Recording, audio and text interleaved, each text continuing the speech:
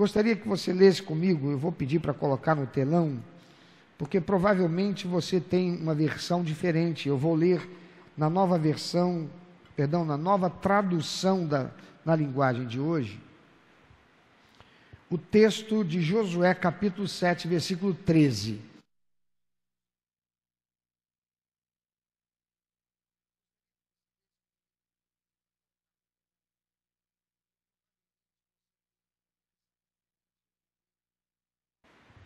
Josué 7, 13. Você pode ler bem forte, mas com vontade mesmo, com quem está animado, com expectativa para ir para o retiro, intimidade. Vamos lá?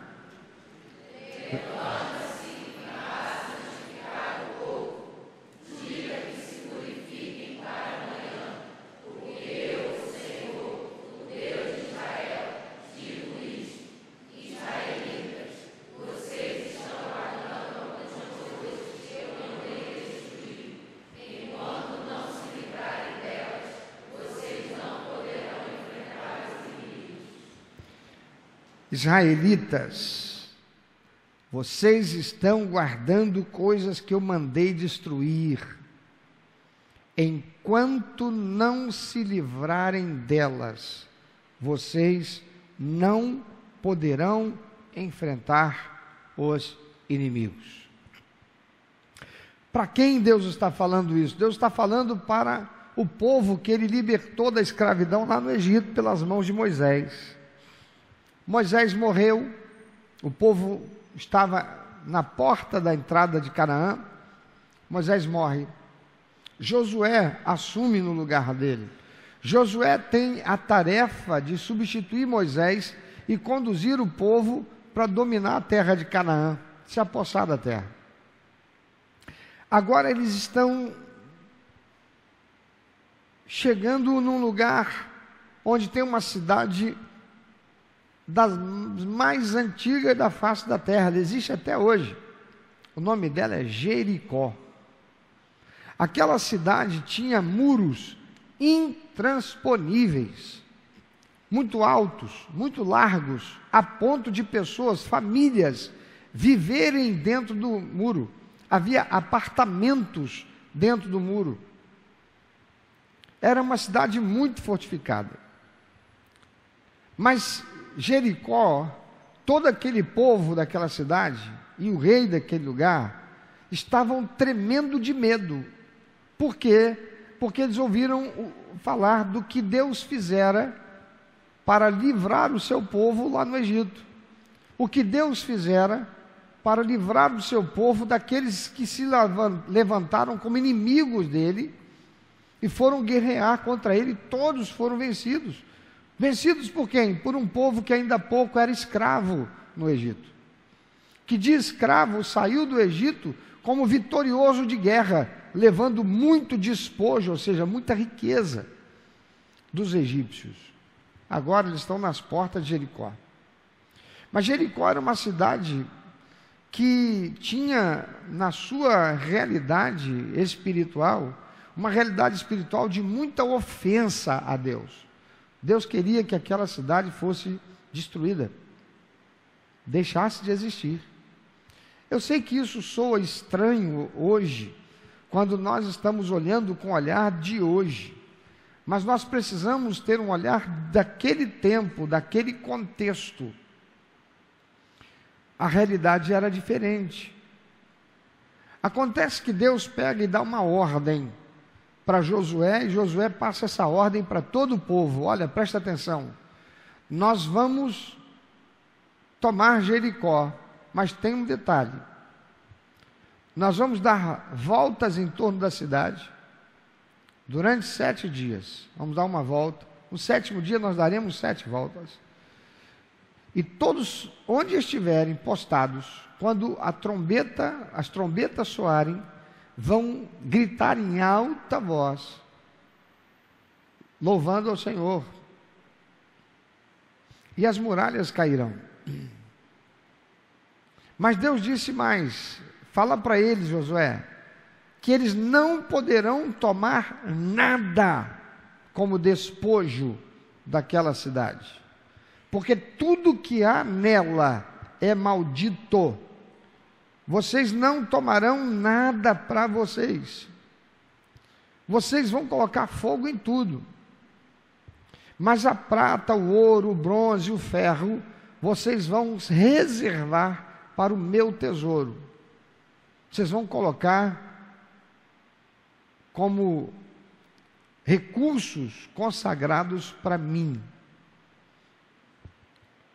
Mas aí, eles dão aquelas voltas, dão o brado, a muralha de Jericó cai, eles entram e começam a se apossar das coisas daquela cidade, do despojo daquela cidade, destruindo, botando fogo em tudo. Mas tem um camarada, o nome dele era Acã. E Acã, ele imaginou, nada a ver, tem nada demais. Ele entrou numa casa, ele viu lá umas peças de prata, umas peças de ouro, uma capa valiosa, e ele pensou, nada demais isso aqui eu vou ficar para mim. Afinal de contas, eu estou aqui enfrentando tudo isso. Que tem? Ninguém vai saber. Ele reuniu aquilo, enrolou naquela capa, escondeu com sua roupa, e quando voltou para o seu arraial, foi na sua tenda, cavou a terra e escondeu tudo aquilo. Mais à frente, havia uma cidade chamada Ai, uma cidade pequenininha. E Ai, assim como Jericó, precisava ser também tomada. Aquele povo era um povo idólatra, um povo que ofendia a Deus de forma terrível. Seus pecados a condenaram. Mas aí o povo pega e fala para Josué, Josué, Ai é uma cidade muito pequenininha, isso aí é um petelequinho, basta apenas um pouco de nós, e a gente vai lá e a gente toma aquela cidade, fatura liquidada, está resolvido.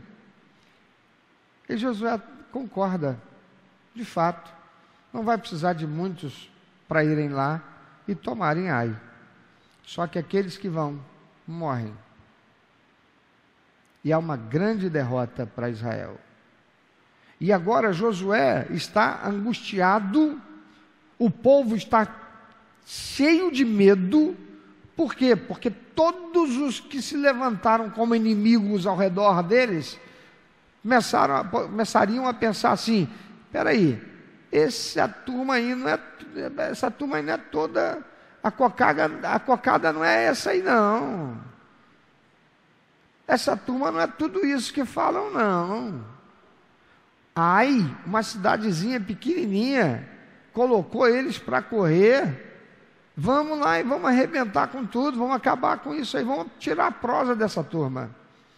Josué e o povo começaram a temer. E aí Josué faz o quê? Ele vai conversar com Deus.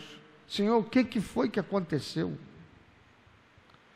Por que a gente sofreu essa derrota? Depois de uma vitória estrondorosa contra Jericó, vem Ai e a gente passa essa vergonha. O que os povos ao redor vão pensar e vão fazer agora? Vão se unir todos e vir contra nós. Por que isso aconteceu? E Deus diz para Josué, vocês têm que voltar lá em Jericó. Porque o problema está lá em Jericó. O problema foi lá em Jericó. Vocês estão guardando algumas coisas que eu mandei destruir. Enquanto não se livrarem delas, vocês não poderão enfrentar os seus inimigos. Meu irmão, minha irmã, Lamentações, capítulo 3, 39, o profeta Jeremias, ele diz uma coisa da parte de Deus: quando as coisas estiverem dando errado, olhe para trás procurando uma brecha que foi dada ao inimigo para ter autoridade para te impedir e roubar de ti. Olha o que ele diz: por que nos queixarmos da vida quando somos castigados por causa dos nossos pecados? Em outra versão diz assim: de que se queixa, pois, o homem vivente?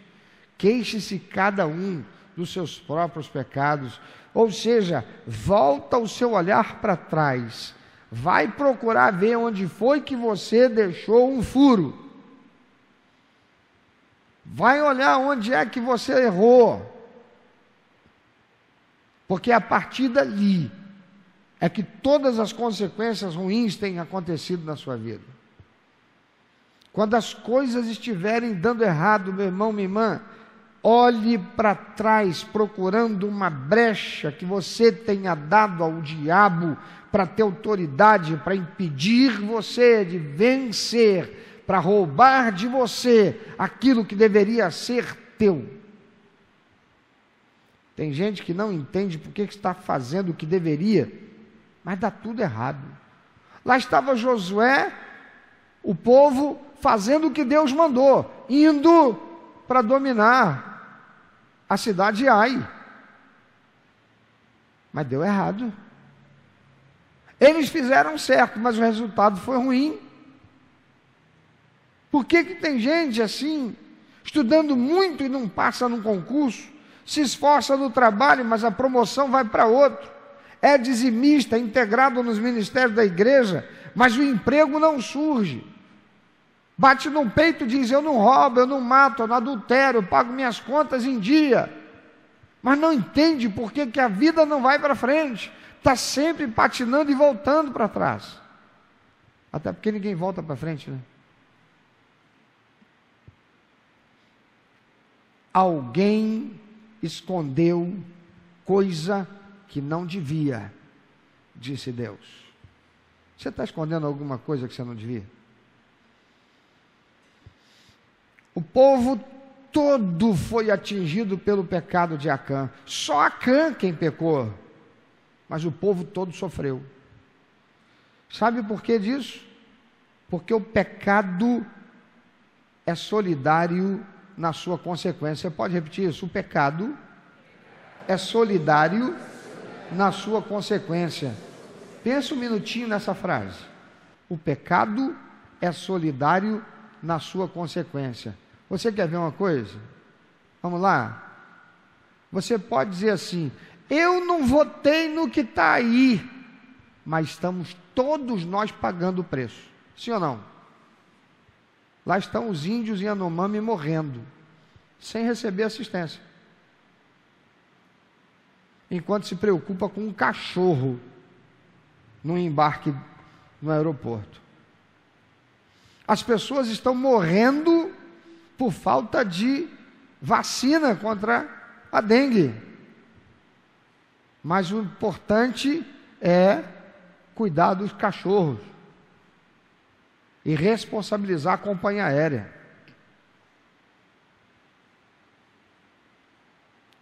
Se antes a gente não comprava, a maioria de nós não podia ter nem uma carne de terceira, quiçá uma picanha, hoje está ficando difícil até a abóbora. É ou não é? Fala aí. Quanto é que está o preço do tomate?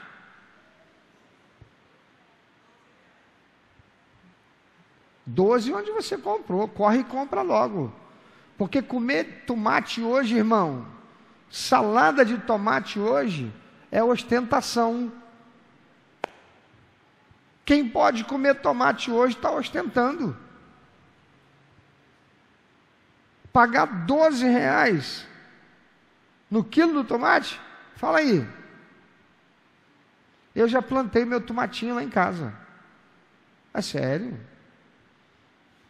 Eu não sei quem fez o favor de jogar uma semente de tomate ali no entulho da obra aqui da igreja.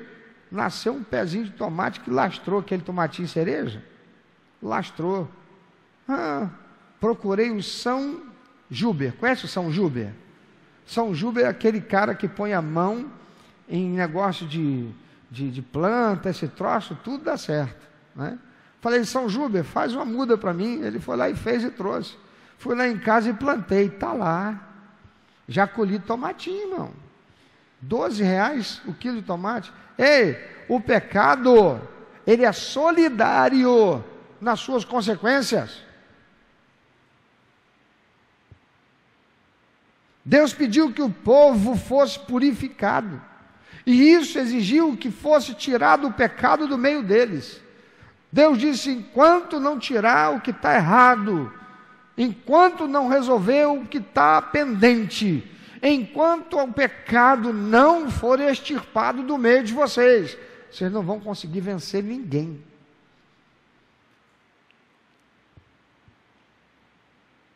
Muitas igrejas têm pouco ou nenhum poder na pregação, no testemunho, na evangelização, porque têm sido enfraquecidas pelo pecado da desobediência.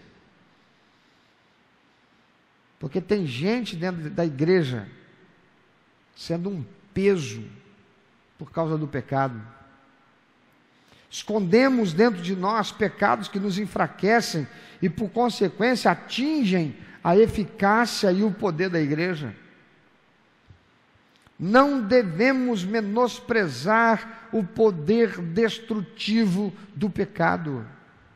Não pensemos que pecados são privados. Pecados são sociais e comunitários. Mesmo aquela pessoa que não faz parte da nossa família, que não faz parte da nossa igreja, que não faz parte do nosso bairro, mas só por estar no mesmo barco chamado Brasil, o pecado dele vai afetar todos nós.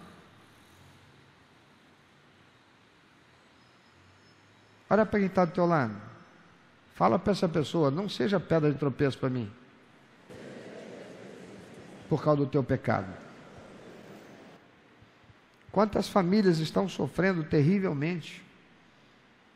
E por que estão sofrendo? Porque tem alguém que tem pecado escondido, não resolvido, não confessado.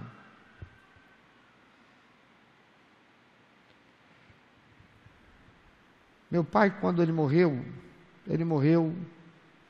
depois de ter entregue a vida dele para Jesus.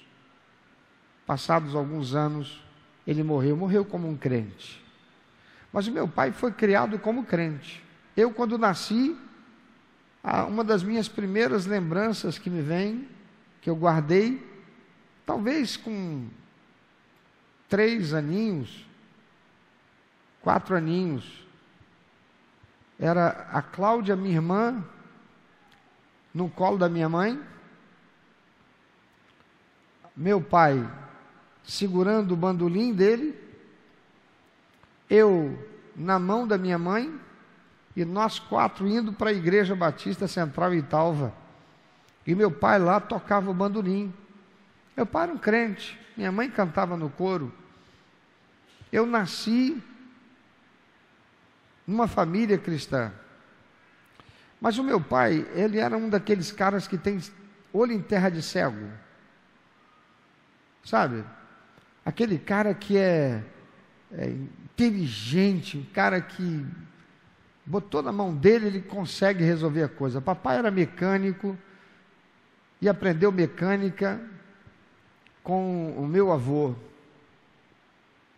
Papai consertava tudo quanto era coisa, irmão. Papai consertava carro, papai consertava caminhão, papai consertava trator, papai mexia com eletricidade predial, papai consertava equipamento de refrigeração. Antigamente, as padarias, as mercearias, as chamadas vendas, tinham aqueles refrigeradores que eram verdadeiros armários enormes. Quem é desse tempo aí? Tem gente da antiga, né? Que era tocado a gás, porque eram lugares que não tinham energia elétrica. Muitas vezes eu entrei numa Maria Fumaça, viajando aquelas biboca, aqueles cantos todinho de roça, parando em vilarejos, e papai descendo comigo, e a gente indo para aqueles lugares para papai consertar aquelas máquinas de refrigeração das vendas. Papai era um homem inteligentíssimo, embora não tivesse nem 2ª série primária, mal escrevia o nome dele, sabia ler e escrever. mas era um homem de uma capacidade, de uma inteligência muito grande. Tinha uma jazida de extração de mármore no nosso lugar. Não era uma cidade, era uma vila, chamava-se Vila de Talva, depois veio a ser cidade. E a extração de mármore ficava afastado do centro. E lá tinha aquelas máquinas enormes, aqueles tratores imensos, com rodas que eram mais altas do que eu sou hoje.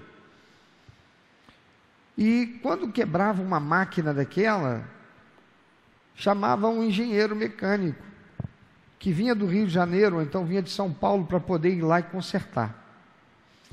Papai, eventualmente, prestava algum serviço num automóvel, ou outro da mineradora, e papai tinha muito conhecimento com as pessoas também, muito conhecido, lugar pequeno.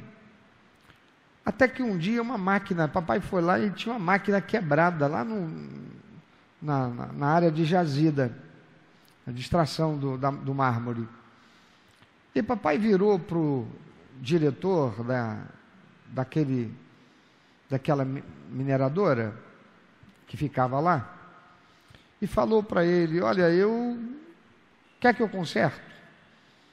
Ele disse: Marino, você consegue consertar? Ele falou: olha só, quebrar eu não vou, porque já está quebrado. Posso tentar? Não, vai lá, já está quebrado mesmo. Pois papai foi lá, papai passou um dia, uma noite, e a máquina ficou consertada. Levou esse tempo todo, porque papai nunca tinha colocado a mão naquela máquina, então papai teve que entender o funcionamento daquilo, onde ficava o quê.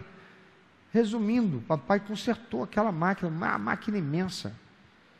E o diretor daquela mineradora economizou uma grana preta. Ficou muito feliz.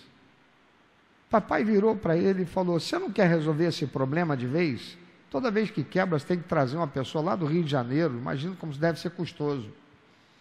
Se você quiser, a gente fecha aqui um contrato e eu passo a prestar serviço todas as vezes que você tiver uma máquina.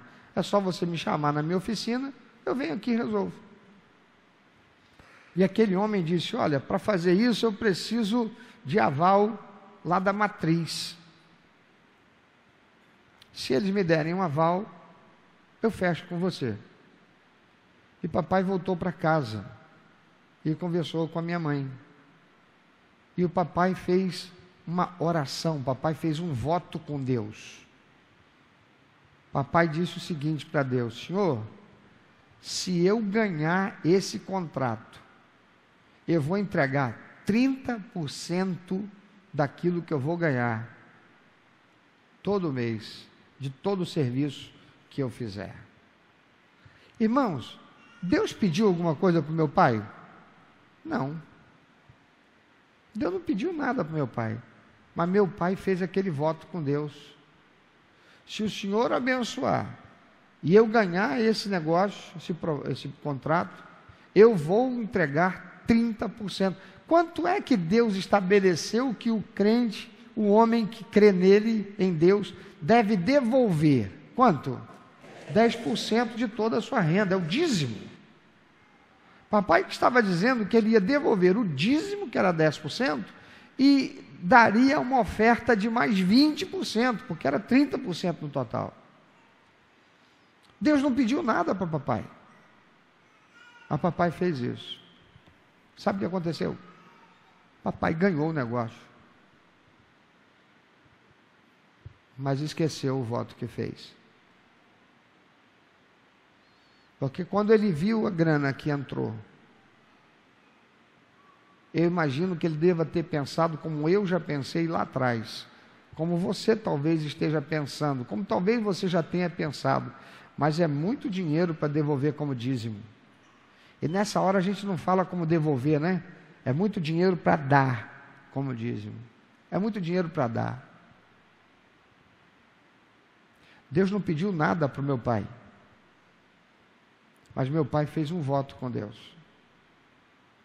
Resumindo, as coisas só passaram a dar erradas para a nossa vida. as coisas foram dando errada dentro de casa. O relacionamento em casa foi se tornando cada vez pior. Nós morávamos numa casa muito boa. Eu tinha uma infância maravilhosa. Nós não éramos ricos, mas não nos faltava nada. O tomate podia estar R$ 300 o quilo, irmão. Porque tomate a gente ia ali na nossa horta e a gente colhia. Se eu tivesse com vontade de comer uma fruta, eu subia no pé de manga e apanhava uma manga. Não quero manga hoje, eu apanhava goiaba. Já enjoei de goiaba, estou com o ventre aqui preso. Eu ia lá e pegava uma mamão que era para liberar.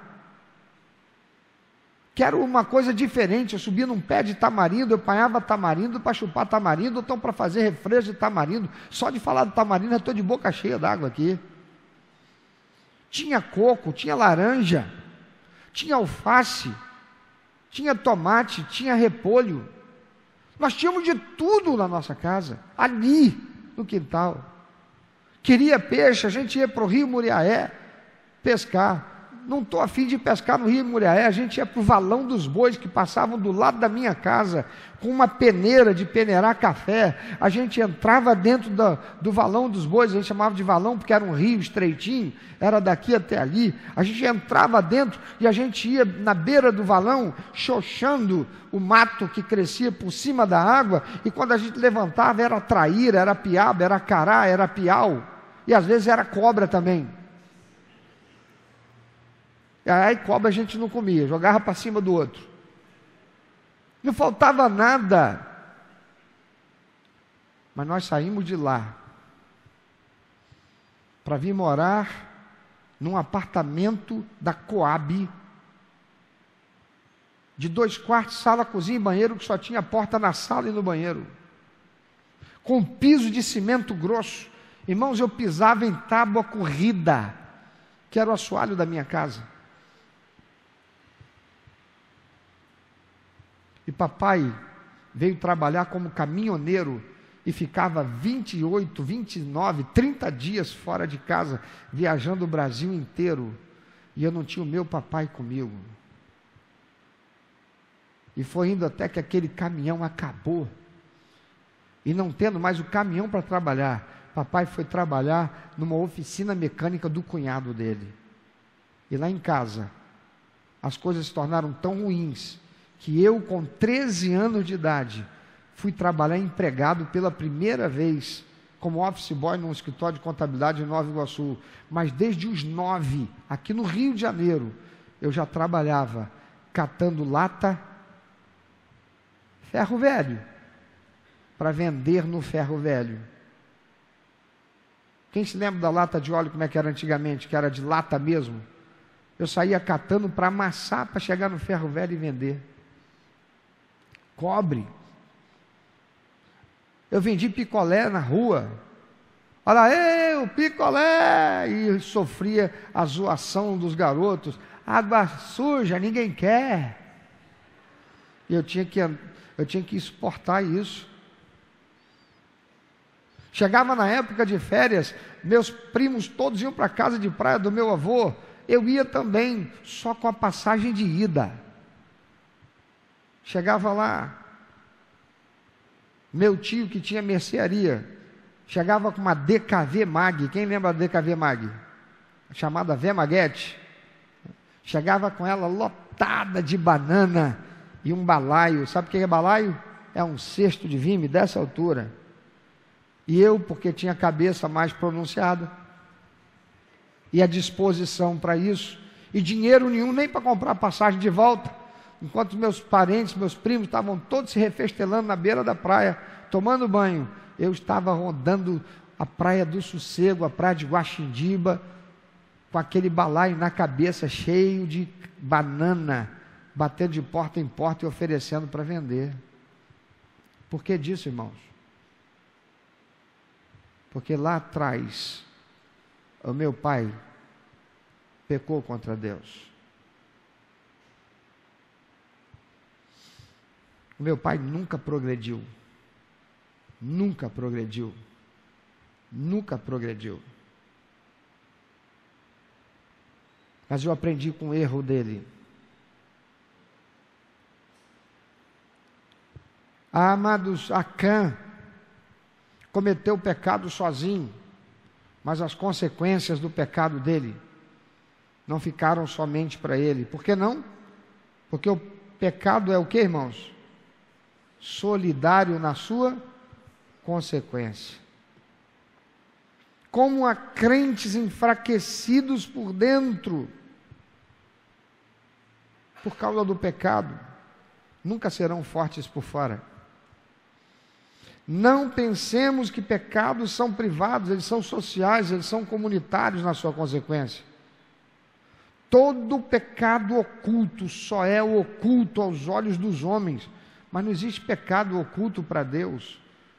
E o diabo sabe, porque todo pecado, antes de ser cometido, ele foi incentivado por um demônio, por um espírito imundo, que soprou aos ouvidos da alma daquela pessoa, até que ela, quedada pela sedução, acabou pecando.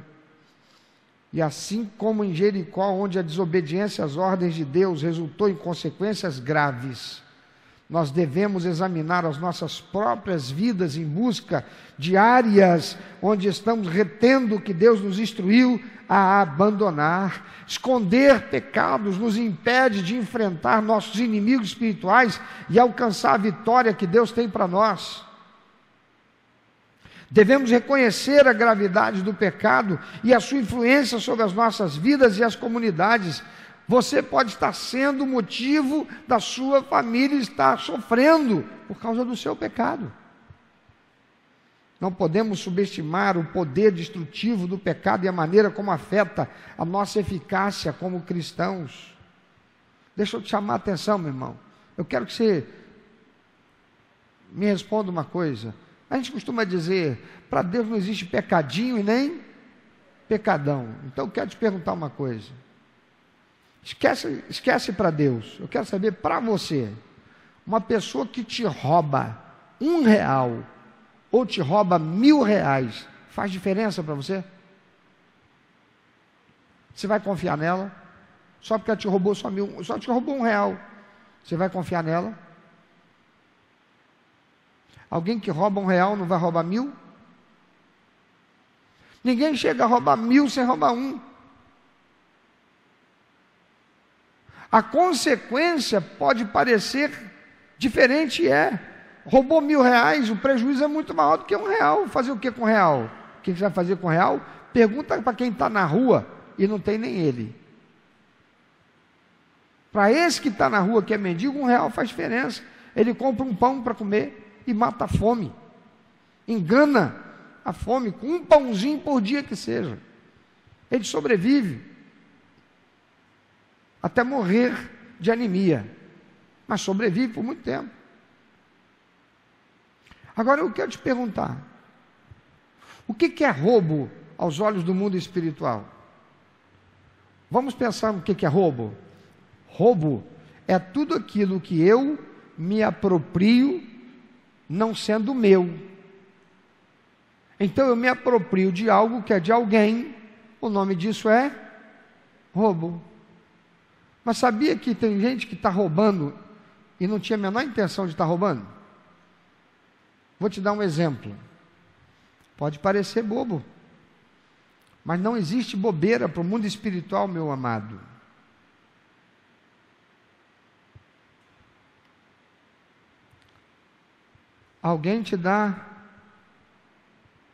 Alguém fez bolo e trouxe num tapuera e te deu. Quero te agradar, Vaninho. Toma aqui esse bolo de jiló. Vaninho gosta de jiló. Fiz um bolo de jiló para ele. Ficou feliz. Que legal. Ai, coisa boa. Ele levou aquele tapuer com bolo de jiló para a casa dele. Ele comeu o bolo de jiló. Ele lavou o tapuer. Ele tinha a intenção de entregar o tapuer, mas o tapuer nunca chegou de volta para mim. Levo hoje, levo amanhã. Foi esquecendo. Depois de um mês, está no meio dos tapué dele, ele já não sabe mais o que é dele e o que não é. Ou ele sabe, mas passaram-se 2 meses, ele está com o meu tapué. Aí ele olha para o meu tapué e diz assim: gente, eu tinha que ter devolvido esse tapuéu, pastor Cláudio. Aí Satanás sopra na cabecinha dele assim, lá na alma dele. Ah, mas se eu devolver agora, que vergonha que eu vou passar. Já passou esse tempo todo, que vergonha. Era para eu ter devolvido há muito tempo. Quer saber? Vou passar essa vergonha não. Eu não vou devolver não. Não precisa levantar a mão. Quem aqui já não fez isso? Eu quero te perguntar, qual o nome desse negócio? Apropriação indevida daquilo que não é meu. No mundo espiritual, eu sou acusado do quê? Por favor, coloca na tela Apocalipse capítulo 12, versículo 10. O apóstolo João está na ilha de Patmos, ele está vendo o futuro, ele está vendo o que vai acontecer, e ainda não aconteceu, nem no nosso tempo, vai acontecer. E aí, olha o que o apóstolo João tem como visão. Então ouvi uma forte voz do céu que dizia, lê bem forte, agora chegou a salvação de Deus. Agora Deus mostrou o seu poder como rei. Agora o Messias que ele escolheu mostrou a sua autoridade. Pois o acusador dos nossos irmãos, que estava diante de Deus para acusá-los dia e noite, foi jogado fora do céu. Ei! Esse texto está dizendo que Satanás está lá, acusando a nós de noite e de dia.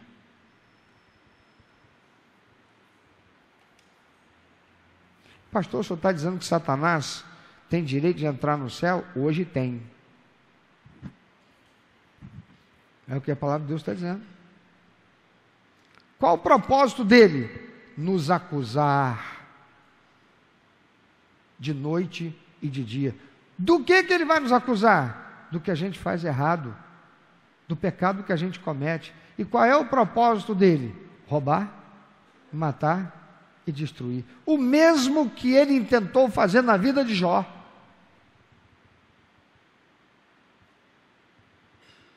E qual era o direito, a legalidade que ele tinha para fazer na vida de Jó? Está lá no capítulo 3 de Jó. Jó pega e diz assim, aquilo que eu mais temia, isso me aconteceu.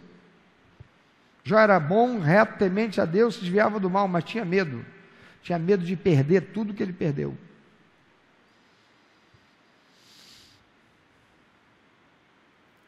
Meu irmão, minha irmã, o que é pecado perante Deus? Aquilo que a gente faz, que a gente comete, que é errado, porque gera consequências terríveis para outras pessoas ou para a sociedade.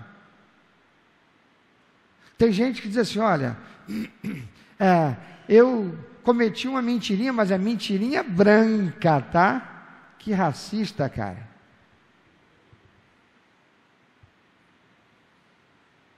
Quer dizer que se for mentirinha branca, está tudo bem.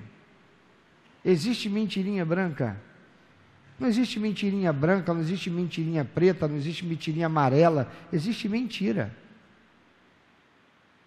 Não, mas não tinha consequências assim. Não tinha para quem, Madureira? Pecado é pecado. E toda vez que alguém comete pecado, está dando ouvidos e atendendo a voz de um demônio que o incentivou a errar. Lamentações 3,39, do que o homem tem para se queixar, ele que pare e olhe para trás. Talvez não seja nada demais.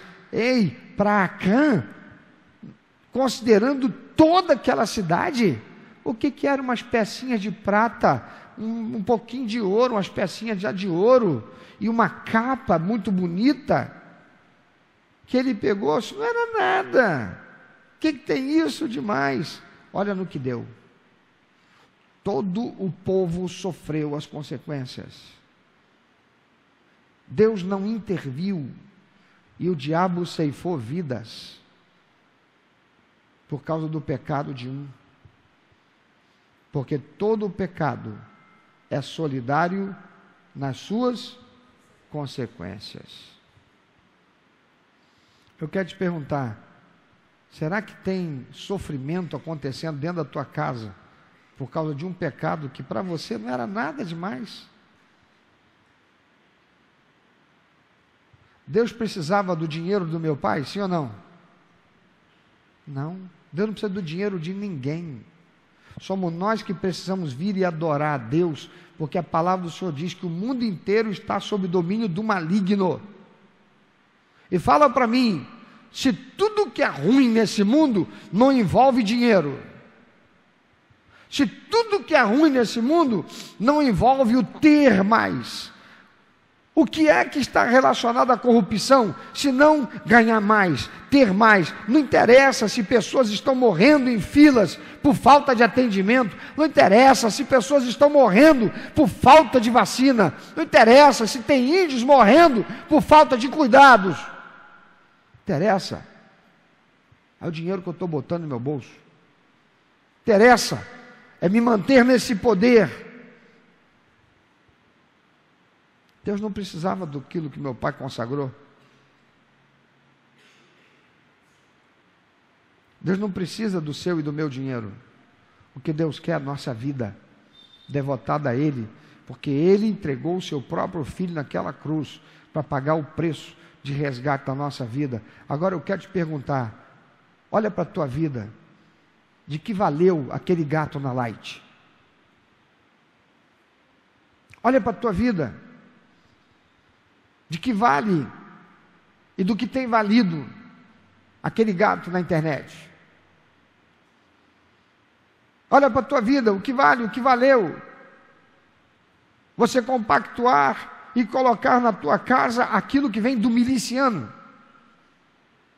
E você diz, mas se não for assim eu não tenho, então não tenha. Jesus diz, é melhor você entrar cego no céu de um olho, porque se seu olho te faz pecar, arranca, porque é melhor você entrar cego de um olho no céu do que tendo dois, você ir para o inferno. Não, Jesus não está dizendo, vamos lá moçada, arranca o olho aí porque tu não pode ver uma mulher passar. Não é isso que ele está dizendo, acaba com aquilo que é o pecado que está impedindo você de ser abençoado. Acaba com aquilo que é o motivo que Satanás está tendo para estar acusando você e impedir você de ser abençoado. Arranca da sua vida aquilo que é a motivação para o diabo roubar, matar e destruir na tua família. Porque você vai ficar aí marcando passo, estudando, metendo as caras, gastando tempo e vendo todo mundo passar naquele concurso, menos você. Vendo aquele colega ímpio, que não tem nenhum compromisso com Deus, sendo promovido e você ficando. Pastor, mas como é que sendo ele ímpio, ele vai? Porque o mundo está sob o domínio do maligno, meu amado. Você acha que o diabo vai querer você lá? Claro que não. Ele está dominando sobre todas as coisas e usando as pessoas que estão à disposição dele para isso. E para nós, aqueles que amam a Deus, aqueles que são do Senhor, aqueles que receberam Jesus como único eterno suficiente Salvador, aqueles que disseram, eu nasci de novo, eu estava condenado à morte eterna, mas eu nasci de novo porque recebi Jesus. Esses, diz a palavra do Senhor, recebem poder para vencer todo inimigo que se levanta, principado e potestade. Mas para isso acontecer, é preciso estar em Cristo. É preciso estar andando em santidade. É preciso que pecado seja acidente na sua vida, e não uma coisa que você, uma vez cometendo, esconde, abriga, acolhe.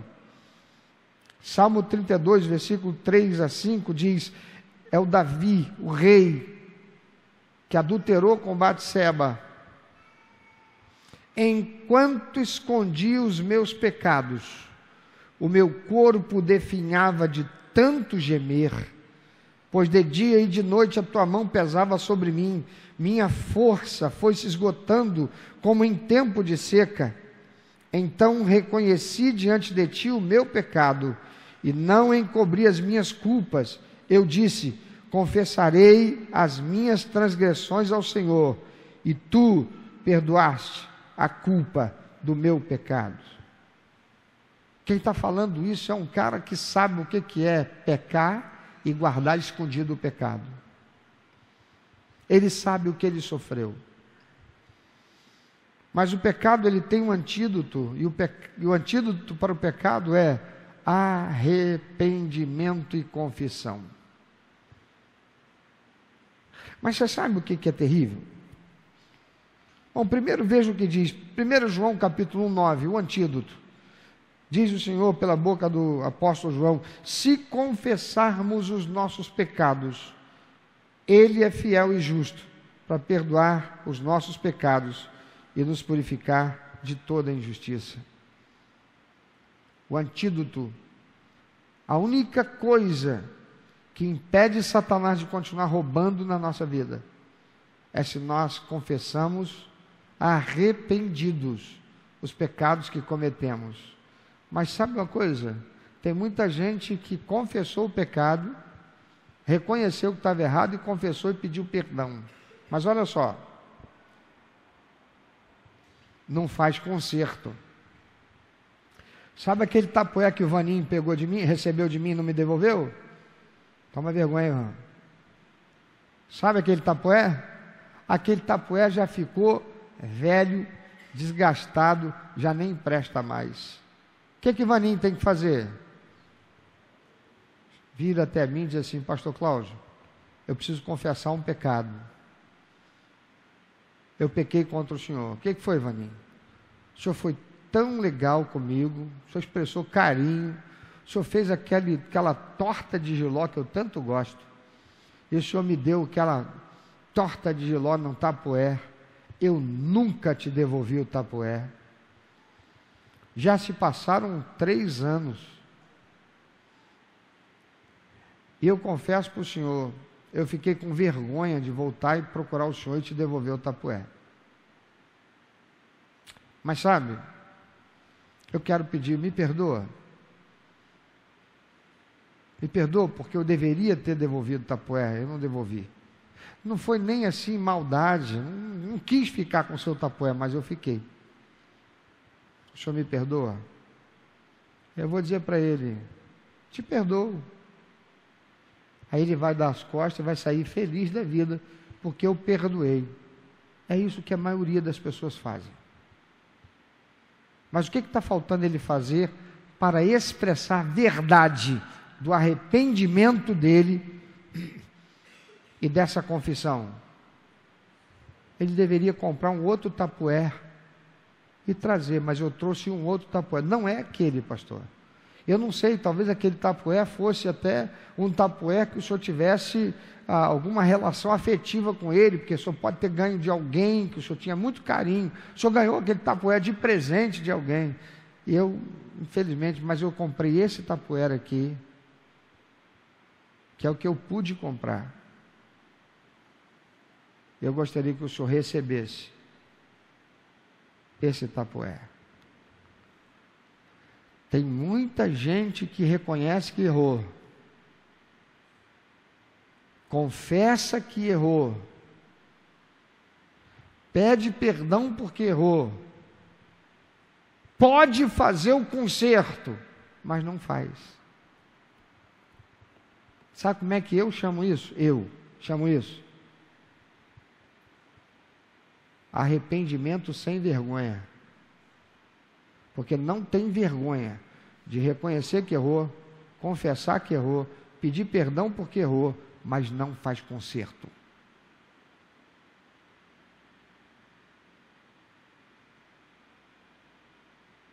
A palavra de Deus diz: se confessarmos os nossos pecados, o Senhor é fiel e justo para perdoar os pecados e livrar de toda injustiça. Enquanto o pecado não foi resolvido e retirado do meio do povo de Israel, Israel não poderia vencer mais nenhum dos seus inimigos. Eles tiveram que fazê-lo. Meu irmão, minha irmã, você precisa de ter coragem para continuar escondendo o seu pecado. Coragem para não confessar o seu pecado.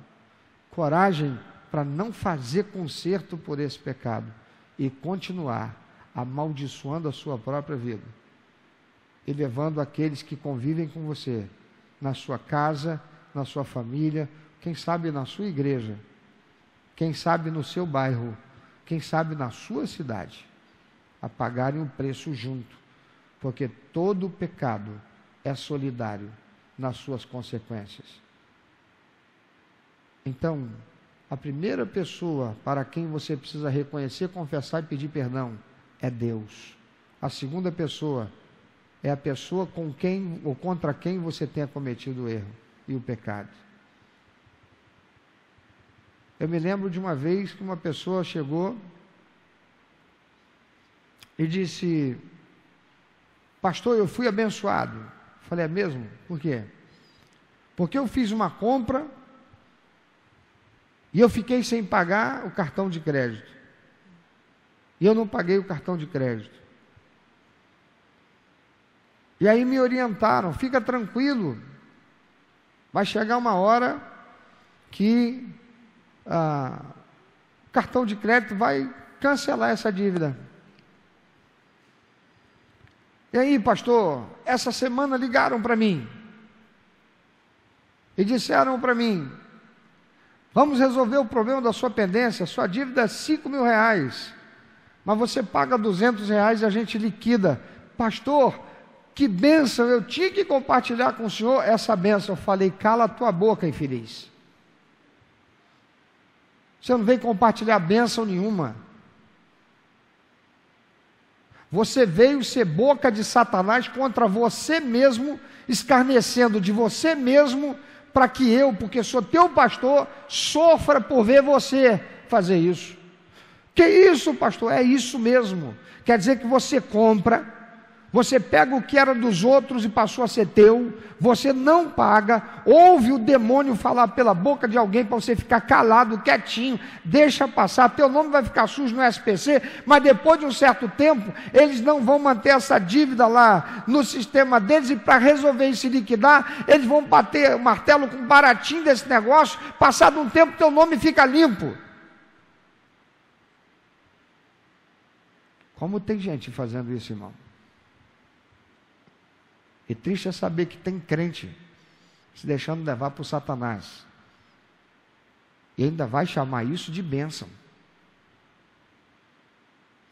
Todo pecado exige arrependimento, confissão, pedido de perdão e conserto. Pode repetir?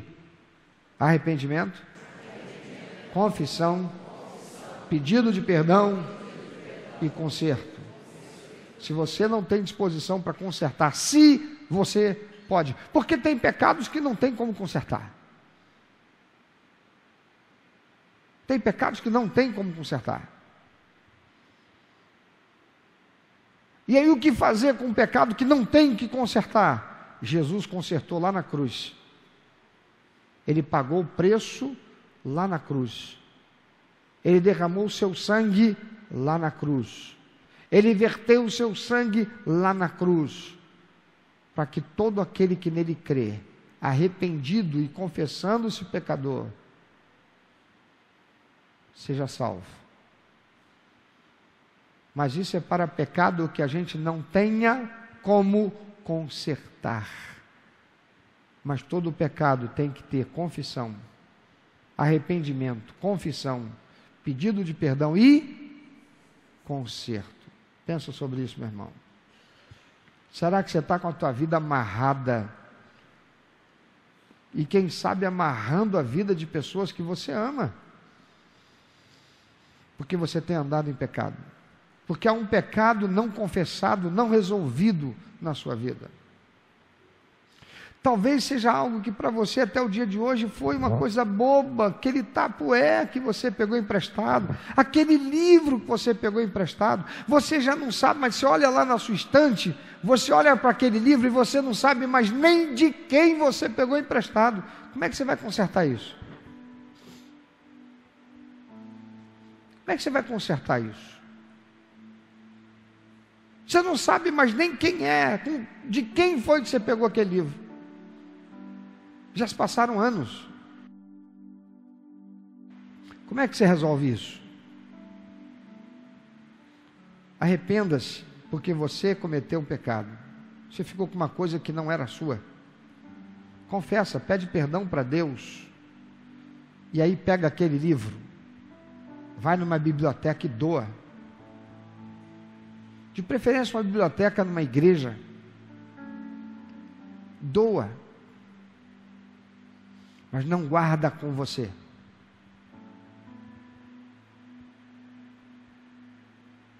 Você passou um tempão roubando de Deus, usando o dízimo para alguma coisa, deixando de devolver o dízimo.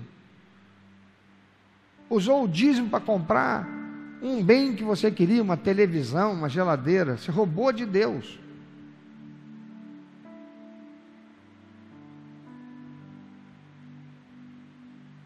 Faz um voto de conserto.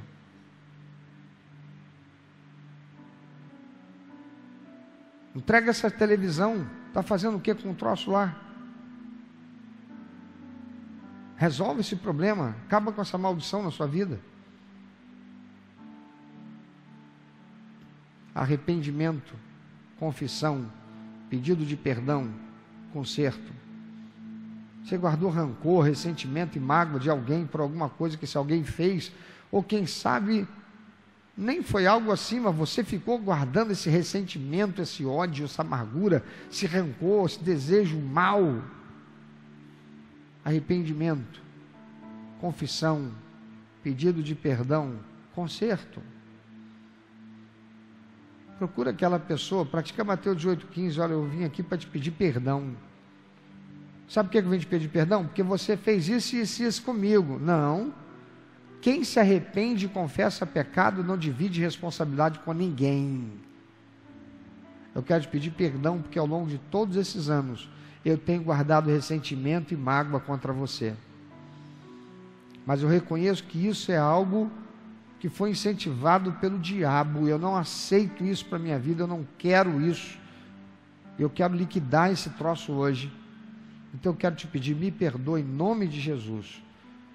Eu não vou mais guardar nenhum ressentimento, nenhuma mágoa, nenhuma coisa ruim em relação a você, não. Eu quero que você me perdoe em nome de Jesus, porque eu senti tudo isso contra você. Várias vezes você quis falar comigo, eu virei a cara, falei mal de você para pessoas. Eu quero te pedir perdão por isso. Tem gente que comprou o peixe podre de outro. Vaninho tem amizade comigo, e Vaninho veio e falou uma coisa com a maledicência contra o Marco Aurélio. Aí, porque eu sou amigo do Vaninho, eu comecei a olhar o Marco Aurélio atravessado. Aí eu fui para o irmãozinho, falei mal do Marco Aurélio, já cometi fofoca. Ele fez maledicência e eu fofoca. E estou eu aqui falando mal do Marco Aurélio e com sentimento negativo, ruim em relação ao Marco Aurélio. Mas se eu reconheço que isso é pecado, eu vou lá no Marco Aurélio e falo, Marco Aurélio, eu quero te pedir perdão. Por quê? Porque eu comprei um peixe podre, eu não vou falar quem foi. Eu estou para confessar o meu pecado, não estou para acusar o pecado de ninguém. Eu comprei um peixe podre que eu recebi a teu respeito. E porque a pessoa que me contou era muito minha amiga, eu fui enfeitiçado por esse peixe podre que eu comprei. E eu passei a falar mal de você. Eu não sei nem as pessoas para quem eu falei mal, eu sei que eu falei mal de você. Eu não tenho como ir a cada uma das pessoas para dizer, olha, aquilo que eu fiz falando mal do Marco Aurélio, esquece isso, eu quero te pedir perdão porque eu enfeiticei você também como eu fui enfeitiçado. Então, Marco Aurélio, me perdoe em nome de Jesus. Eu não posso, porque eu não sei mais para quem esse negócio chegou, mas eu sei que eu posso resolver com você. Eu quero te pedir, me perdoe em nome de Jesus. A palavra de Deus diz: se confessares os vossos pecados, o Senhor é fiel e justo para perdoar os pecados e livrar de toda injustiça. Meu irmão, minha irmã, meu amigo, minha amiga, coloque em ordem sua vida. Será que tem alguma coisa na tua casa, na tua vida, na tua empresa, que Satanás tem direito de estar roubando da tua saúde, da tua paz, da tua alegria? Há um espírito de contenda dentro da tua casa entre você e seu marido, sua esposa, seus familiares, por causa daquilo que é a pedra de toque, o ponto de contato que Satanás tem dentro da tua casa para roubar, matar e destruir. Arrependimento, confissão, pedido de perdão e conserto. Fica no escuro, mas arranca esse gato. Fica sem internet, mas arranca esse gato. Vai dormir no calor, sem ventilador e tomando banho gelado, esquentando água no fogão, mas arranca essa sujeira. A bênção de Deus não virá enquanto o pecado estiver ali.